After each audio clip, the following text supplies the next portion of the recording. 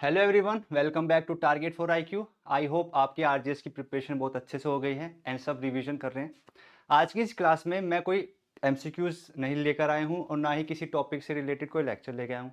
आज इस क्लास में हम इंपॉर्टेंट इंस्ट्रक्शंस की बात करेंगे जो राजस्थान हाई कोर्ट ने अपनी साइट पे अपलोड कर रखा था।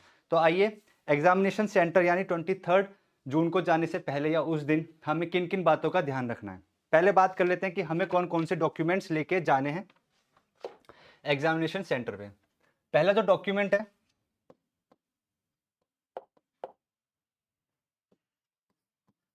वो है हमारा original document, original ID proof. यानी कि आपने फॉर्म भरते हुए जो आईडी प्रूफ यूज करी थी वो ओरिजिनल लेके जानी है। इस आईडी प्रूफ की फोटो स्टेट कॉपी भी लेके जानी है। ठीक, जो एडमिट कार्ड इशू हुआ है वो लेके जाना है। अब एडमिट कार्ड में ना, ये जरूरी नहीं है कि आपको कलर्ड एडमिट कार्ड लेके जाना है। आप black and white admit card भी इशू मतलब फोटो कॉपी करा सकते हैं। ठीक, प्रिंट आउट निकलवा सकते हैं। कलर्ड की कोई ज़रूरत नहीं है, इस वजह से कि वहाँ पे आपकी फ़ोटोज़ अपलोड हो रही हैं एडमिट कार्ड पे, तो आपको कलर्ड निकालनी है। आप प्रिंट आउट भी निकलवा सकते हैं normal. And fourth and important, आपको लेके जाना है 2x5 सेंटीमीटर इंटू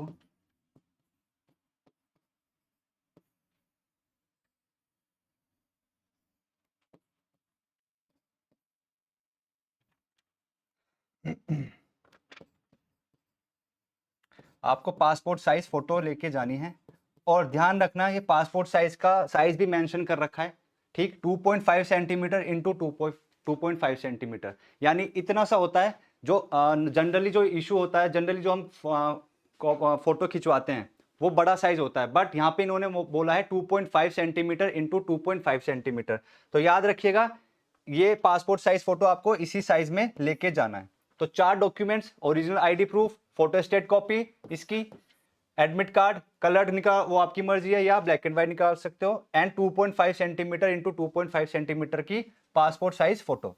ठीक, कम से कम आप 2 लेके जाना क्योंकि वहां पे पेस्ट की जाती है।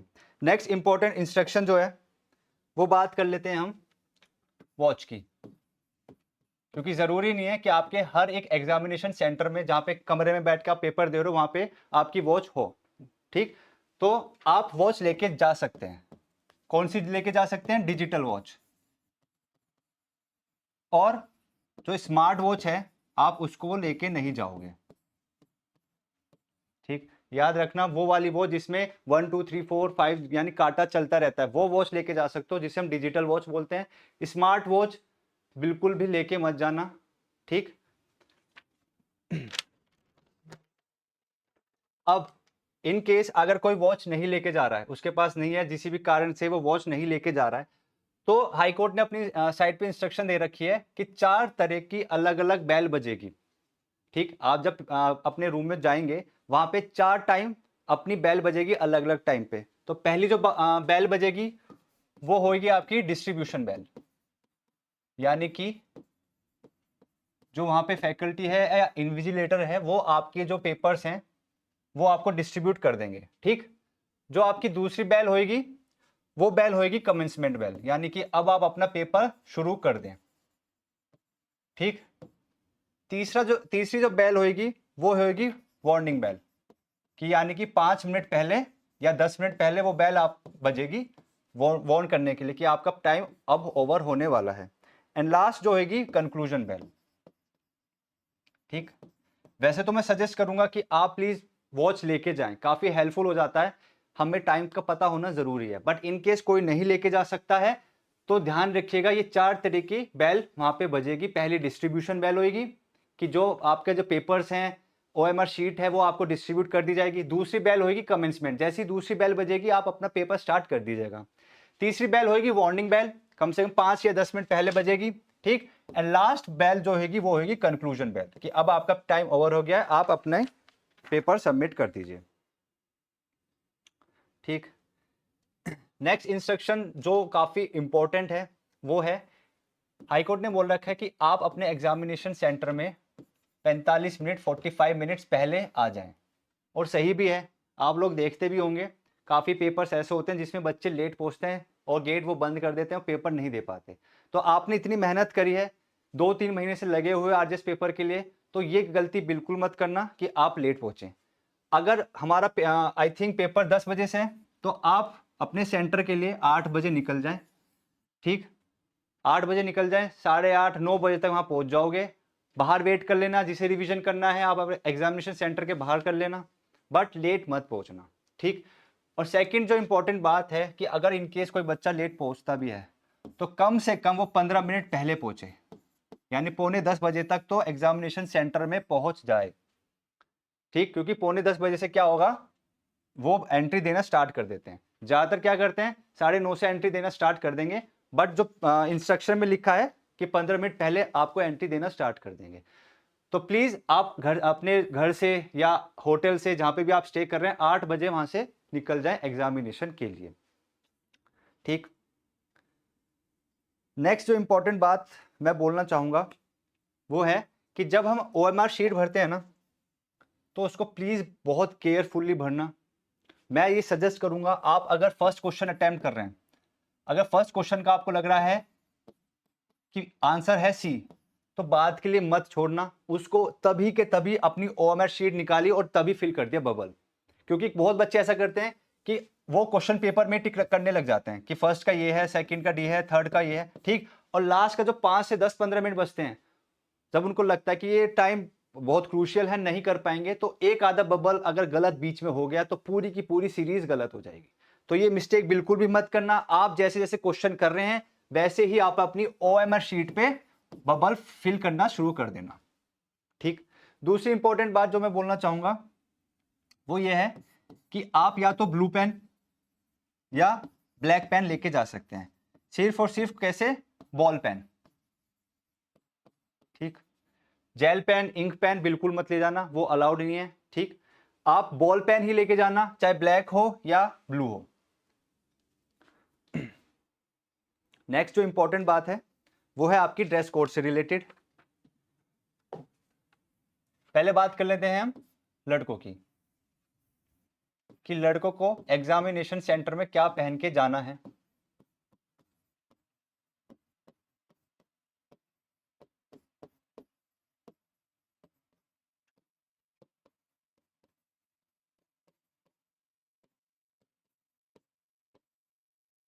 ठीक, आपको एग्जामिनेशन सेंटर में शर्ट पहन के जानी है, टी शर्ट मत पहन के जाना। ऐसा नहीं है कि जो बच्चे टी शर्ट पहन के जाएंगे पेपर नहीं दे पाएंगे, पेपर दे सकते हैं, क्योंकि वहां पे कुछ लोग बहुत लीनियंट होते हैं, अलाउ कर देते हैं। बट जब हाई कोर्ट ने अपनी साइट पे मेंशन कर रखा है, इंस्ट्रक्शंस दे रखे हैं, तो वो इंस्ट्रक्शंस फॉलो करो। ठीक, आप शर्ट पहन के जाइएगा, और अगर हो सकता है तो हाफ शर्ट पहन के जाइएगा जिसके स्लीव्स ऐसे कटे हुए होते हैं। फुल स्लीव्स वाले में भी प्रॉब्लम कर दें कि आपको, अगर आप फुल स्लीव्स पहन के जाओगे, आप फोल्ड करके जाओगे, फिर वो कहेंगे नीचे करो, आपका ही टाइम किल होगा। अगर जिस पे शर्ट है वो भी हाफ स्लीव्स की, तो वो पहन के जाए। फुल स्लीव्स वाले भी जा सकते हैं, मैं वो मना नहीं कर रहा हूँ, बट मैंने एक सजेशन दिया कि अगर हाफ स्लीव्स है तो हाफ स्लीव्स की शर्ट पहनिए, ट्राउजर पहन के जाइएगा। ठीक, जीन्स मत पहनिएगा या शॉर्ट्स मत पहनिएगा। ठीक, स्लीपर, आपको चप्पल में जाना है, कोई स्पोर्ट शूज या कैजुअल शूज या अपने लेदर शूज वो अलाउड नहीं है, आपको स्लीपर में ही जाना है। एंड लास्ट, अगर किसी को भाई ठंड लग रही है, इतने गर्मी वाले मौसम में अगर किसी को ठंड लग रही है, एग्जाम की ठंड, तो वो स्वेटर भी पहन के जा सकता है। ठीक, ये तो बात हो गई बॉयज की। अभी बात कर लेते हैं हम गर्ल्स की, कि गर्ल्स का ड्रेस कोड क्या है।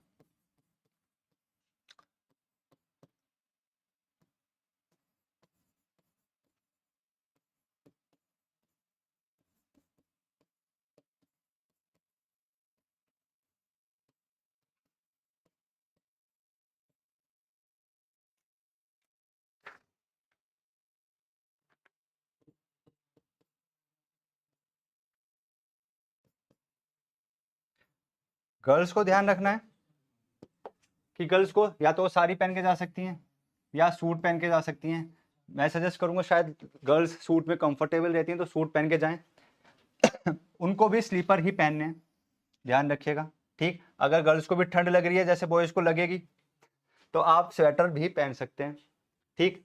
And last and important, rubber band. जो आप अपने बाल टाई करेंगे वो सिर्फ रबर बैंड से करना, ठीक, क्योंकि यहाँ पे एक्सप्रेसली मेंशन किया गया सिर्फ और सिर्फ रबर बैंड। तो इन बातों का आप ध्यान रखना। ड्रेस कोड, क्योंकि मैंने देखा है काफ़ी ड्रेस कोड से रिलेटेड बच्चे बाहर खड़े रहते हैं, तो ये एग्ज़ाम से पहले अपना दिमाग नहीं ख़राब करना है कि वो आपको रोकें आपके ड्रेस कोड से रिलेटेड, ठीक। तो वो आपका दिमाग ख़राब होएगा और एग्ज़ाम से पहले ये चीज़ें मत करिएगा। जो दे रखे हैं रूल्स इंस्ट्रक्शंस उसको अच्छे से आप कंप्लाई करें।